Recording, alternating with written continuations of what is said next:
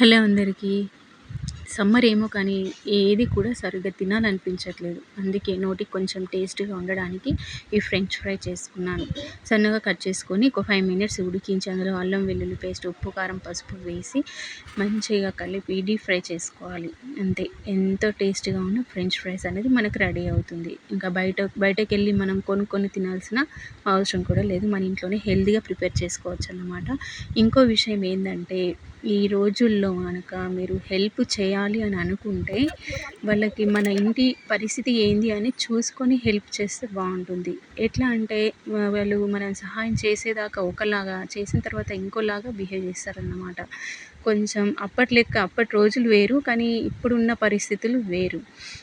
Help చేసిన వాళ్ళకే సున్నం పెట్టే రోజులున్నాయి. కొంచెం చూసుకొని మీ ఫ్యామిలీ గురించి కూడా ఇది కేవలం మీ ఫ్యామిలీ సేఫ్టీ కోసం మాత్రమే చెప్తున్నాను.